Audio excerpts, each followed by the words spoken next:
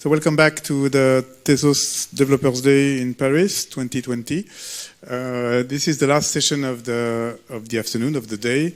That session has two talks. The first one is by Alexandre Doussot from Nomadic Labs, who will explain us how to build a simple decentralized application. Up to you. Yeah, perfect.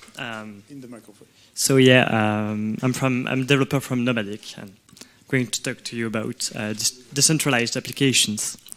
So the way I intend to do that is in three parts. Firstly, give you a brief reminder about how the blockchain works, how smart contracts on Tezos works. Then I will try to give you an overview of what tools are available on the Tezos ecosystem, and then give you a small example.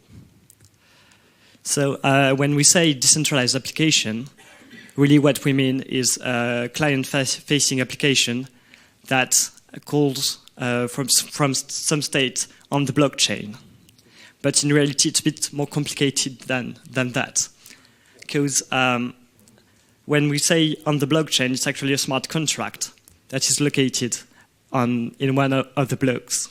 So how can the application talk to the blockchain? So it goes through what we call a node that has a local copy of the blockchain. And this node exposes an RPC interface. Think of it like a RESTful interface. It's a small function that you can call to query something like the head of the blockchain, which protocol version you are in, or to call a contract. But it's a bit rough to call that, so we have some wrappers around the API, which we call a client. So for example, if you just use RPC from the node, you need to do 4 different ones if you want to call a contract. So this is a client, and the client is made of 2 parts. Something that deals with the RPCs, and something that signs the transaction, because we are on the blockchain, so everything needs to be signed.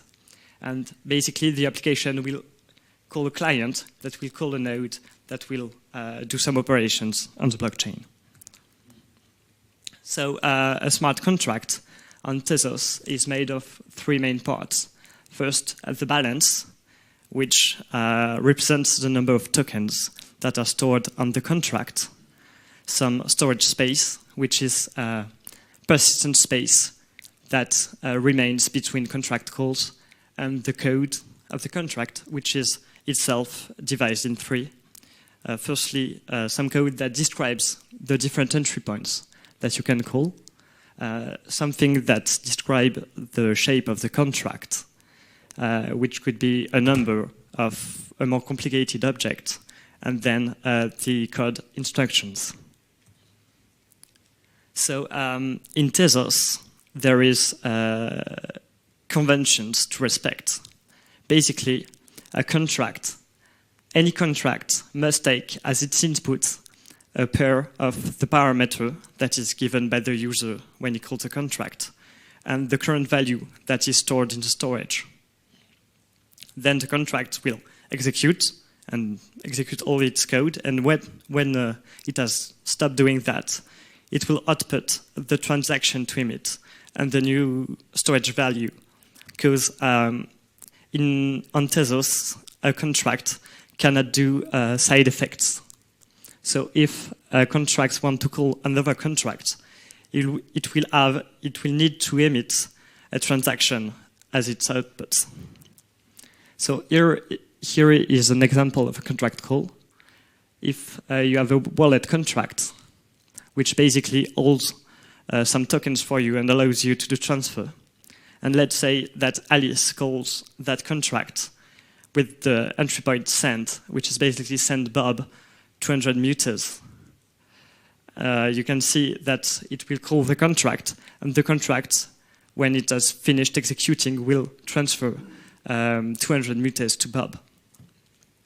One thing to note here, if the contract didn't have enough funds to transfer 200 meters to Bob, that transaction will not happen, and that one would be rolled back, and Alice would get back her money.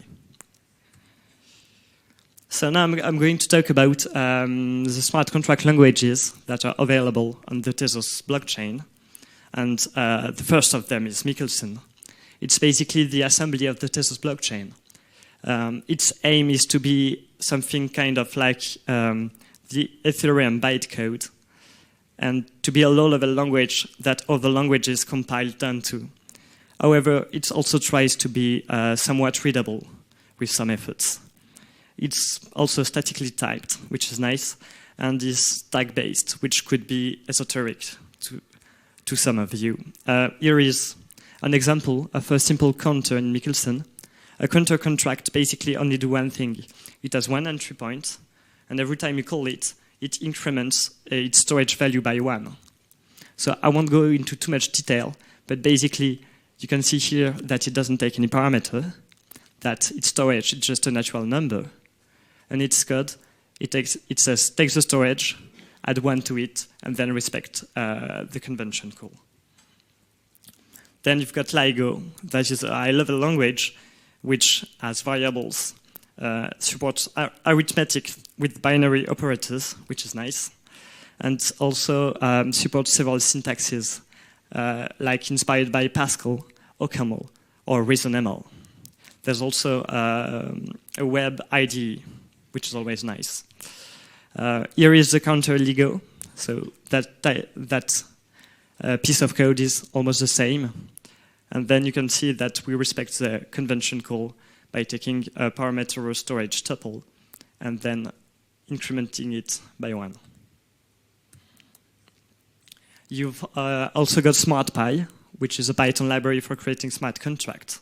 It's basically a meta language built on top of Python and has a very Python-y feel. One of the nice features about it is that you can do tests and deploy directly into the online editor. So here is our counter with SmartPy. In the init, we can see that we set the storage of the contract to 0, and then in the only entry point, we increment it by 1. So I'm now going to talk about clients, which are, like I said, wrappers for RPCs. There's many of them available to you. There's Tezos Clients, which is a command line client, Taquito and Conseil.js, that are JavaScript one, and ConseiPy and PyTezos, which are made for the Python world. So Tezos Clients is one of the first clients for Tezos. It's in command line, and it was made in Nomadic. So to do a simple transfer, you can do following syntax. It's basically you call transfer, then the amount, and then the sender and the receiver. So if you try to run that command, Bob will send 3 tests to Alice. But you can also originate contracts by calling originate contract, then the alias in which you want to name your contract, running the code, the Michelson code of your contract, and then the initial storage value. Because every time you want to originate a contract on the Tezos blockchain, you have to specify an initial storage value. And then you can call that contract by doing a transfer, because every contract call is basically a transfer. So Eve tries to call the contract vote that we originated here with the entry point vote and the argument Detroit. Then there's Taquito, because while Tezos Client is nice, you can't really build an application with it. So here comes Taquito, which is a TypeScript library, which means you can use it in your web app. And it's pretty nice because you have smart contract abstractions. You've got abstraction over the RPCs with type checking, which is always nice. You can inject transactions on the chain. You can use different. You can talk to different nodes and use different signers. And lastly, you can write some code in ReasonML, which I like personally. So to configure it, you can call setProvider, and you can specify a signer, a forger, a config, which protocol you would want to run and which node to call for doing RPCs. By default, there's no signer configured, so you can only query storage, and you cannot do transactions. And the protocol is fetched by an RPC call to the node. So if you want to query the storage of a contract, you can do that in the following way. You have to call tezos.contract.at and then the address of your contract on the chain, and it will give you back a promise, because it's asynchronous, because you have to do like a network interaction. And then you can, based on that contract object, you can then call the storage method. So let's say you have a contract whose type is like this, which is a record having candidates, a map which maps a candidate name to its number of votes, and a timeout which specifies when the vote ends, and you try to call contract.storage on a contract of this type. You will get the following JavaScript object. So let's say you want to call the contract now, and let's say it has 2 entry points. First one is vote, for voting for a candidate. And the second one is to create a new vote when the old one has ended. Basically, Taquito will parse the code of the contract and know which entry points are available to you. You can access them through the methods, method on the contract object, and then you can call each entry point, like vote or new vote. And then there's TestBridge, which you've heard about in the last presentation. It's basically a way to link Tezos and decentralized applications. It packs a local signer and something akin to MetaMask in Ethereum. Taquito can use TestBridge as its signer, and one of the nice features is that you can use TestBridge to connect to a ledger, for example. So now into the example, I'm going to show you a single project, a crowdfunding app. So smart contracts language I've decided to use is Ligo. The application will be a simple JavaScript front end. And so we will use Taquito to call to a node. The signer will be TestBridge, which will be used with Taquito. And the node will try to use this sandbox node. So a sandbox node is like having a local blockchain on your computer. What's good about that? It's really for ease of development, because you can have fast baking. Because, for example, on the mainnet network, there's something like a block every minute, which is a lot of time to see something happening. And you can say that you want to bake every 5 seconds, for example. Another nice things about that is that when you create a sandbox, by default, there are 5 accounts which are already on the chain, and they have like 4 billion Tez. So you can use that to try lots of things. So to launch Sandbox, you can use a tool called Test Tool in the following way. So you say you want to create a sandbox, then you specify the network, in this case BabylonNet. Then which account do you want to be the one to bake? Then the interval of time at which that baker will bake, and then the port at which you want the node to expose the RPCs. And then we want to configure Taquito to talk to that node. So we try to put localhost and the port we specified, and use TestBridge as our signer. So the idea, for those who don't know what crowdfunding is the practice of funding a project or venture by raising small amounts of money from a large number of people, typically via the internet.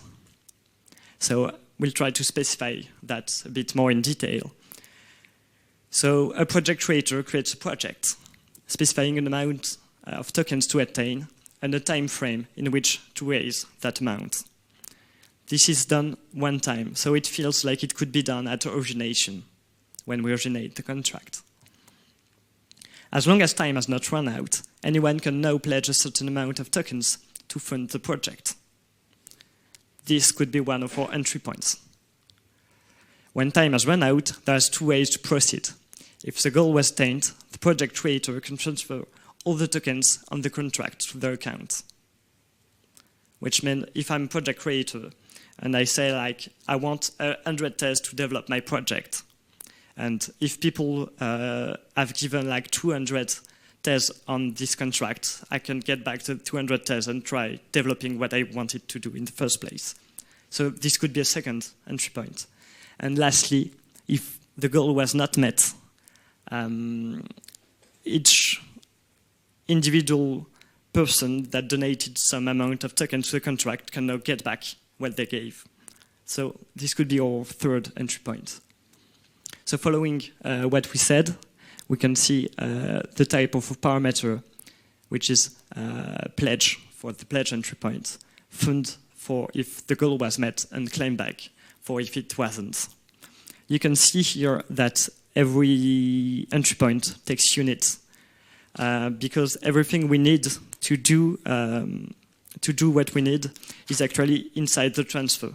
For example, the amount of money that was transferred, or who sent the transaction. The storage of a contract would look a bit like this: a string to describe the project, a goal to attain, which is a natural number, a map of pledges, which is basically to say who donated what. This is useful for the claim back. And lastly, a timeout to specify at when point the donation is over. So to originate the contract, we've decided to use Tezos Clients. But since it's a bit of a longish command to write, we've decided to use a makefile, which is basically a way to write some shell command easier. So we've got two targets here. We've got the compile one, which basically calls LIGO and compile contract to transform the LIGO contract into a Michelson one. And then the originate, which will do the origination, basically create a new contract called crowdfunding, running what we just compiled with an initial storage that is specified here. So some people that will develop contract in LIGO are not necessarily familiar with Michelson. So LIGO proposes a method called compile expression that will transform a LIGO expression into a Michelson one to originate the contract.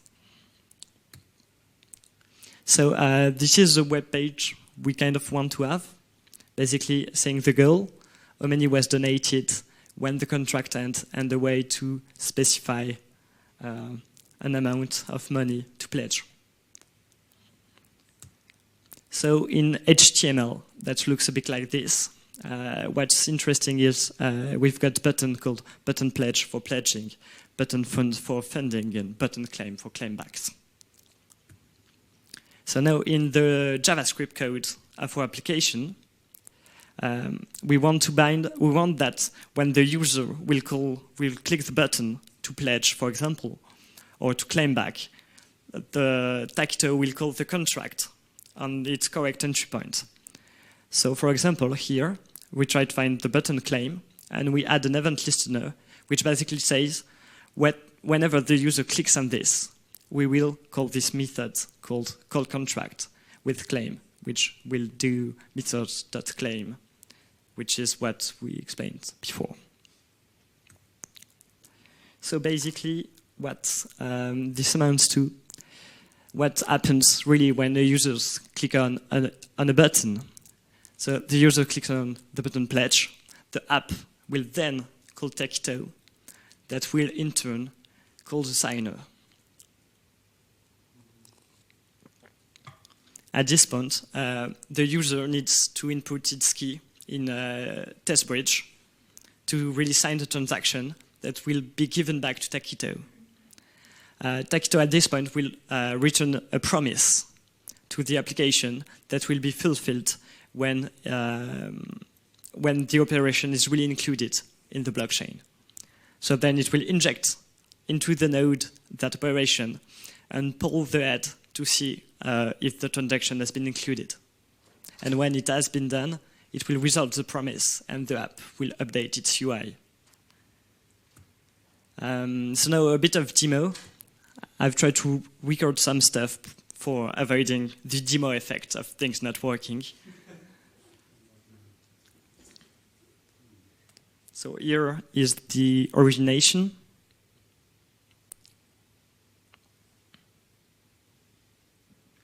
And we can see that our contract has been originated at this address, which is KT1 something. So if we try to pledge on that contract, which wants 300,000 minutes, and we don't have anything on it.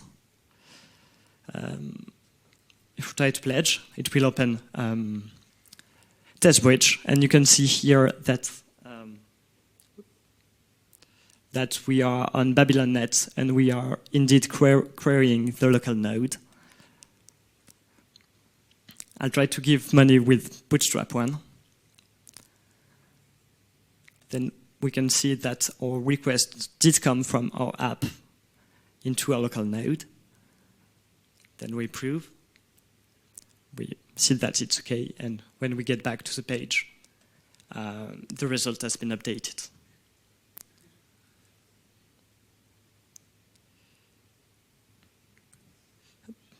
Now for funding.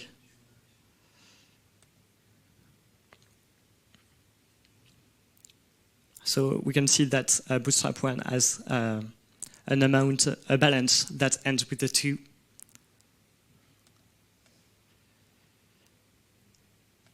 And Bootstrap 1 did originate this contract as a creator and wanted 300,000 meters. And somebody donated a whole Tez.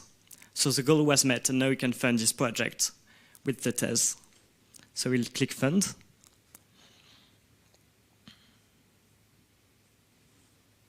Input is very secure password. And then approve the transaction. And now if we try to access its balance, we can see that it gained the Tez minus the transaction fees.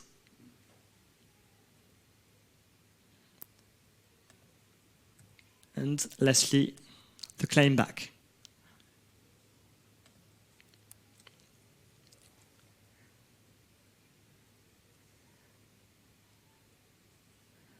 So if we have a contract like this, where 2 people have donated money, for example, this is Bootstrap 1, and he gave 20 Tez, and this is Bootstrap 2, and he gave 30 Tez. But the project creator, which is Bootstrap 1, wanted 100 Tez. So the goal was not met. So people will now be able to claim back their money.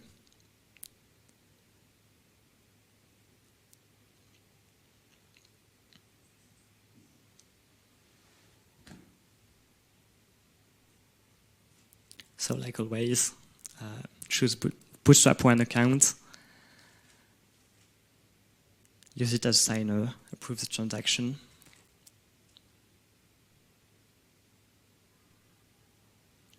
See, there's less money right now in the contract. And if we try to fetch the balance for Bootstrap 1, we can see that 20 Tez have been added to his account. All right, that finishes my presentations. If you have any questions, shoot them. And always remember that we have a Stack Exchange in which we try to answer any question. Thank you. Okay. Thank you. So we have a lot of time for questions. So we need questions because we have too much time because the next speaker is not online yet. So anyone willing to ask a question about how to build a simple or not application? Yes, good. Overall, what was your experience developing the contracts? Did you have a lot of trouble, or how do you feel about the ecosystem? Like when I started, SmartPy and LIGO were not really developed yet, but it's getting really good now because LIGO has really made its documentation better, and it's quite easy to use right now. There's lots of. I really liked SmartPy's IDE as well. I think it's really, and like you said, there's a beacon on the way, and I think that this will be a lot easier to use than TestBridge for about UI and UX. Yeah. Okay. Thank you. One more question here. My question is about TestBridge. Can you customize look and feel? Sorry? Can you customize the look and feel? I don't think so. No. No. Alas. Thank you. What would you want to, if you had to do it again now, what would you want, what would you need to do this being easier now? I don't know, tool, methods, information. You mentioned documentation earlier. What is still missing? And what aspect? Any of it. Either would you use a SmartPy for? I mean, for what? If you had to do it from scratch today, what do you think you would need that you missed last time? Like always, like I use VS Code, and having lots of extensions backed by language servers and stuff like that is, I think, really key to getting people to write more and more things. Thank you. Okay. LIGO needs a test framework.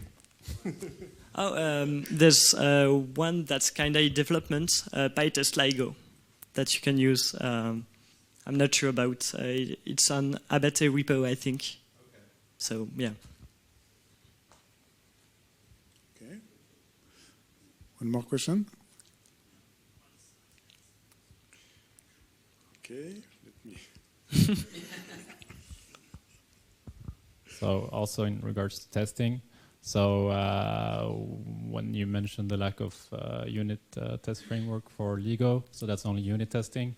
But I guess that when you want to do more system type testing, then you have a lot of clicking around in the browser to do, which sounds like it will be very boring in the long run.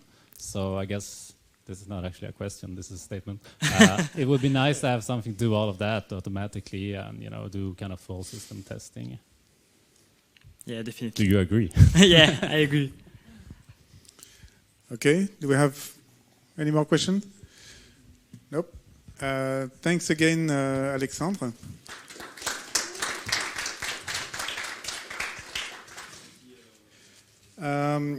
So our next speaker is now online. Benjamin, can you have it on the on Zoom? So the next presentation will be about the deeper and deeper relationship between Truffle and Tezos.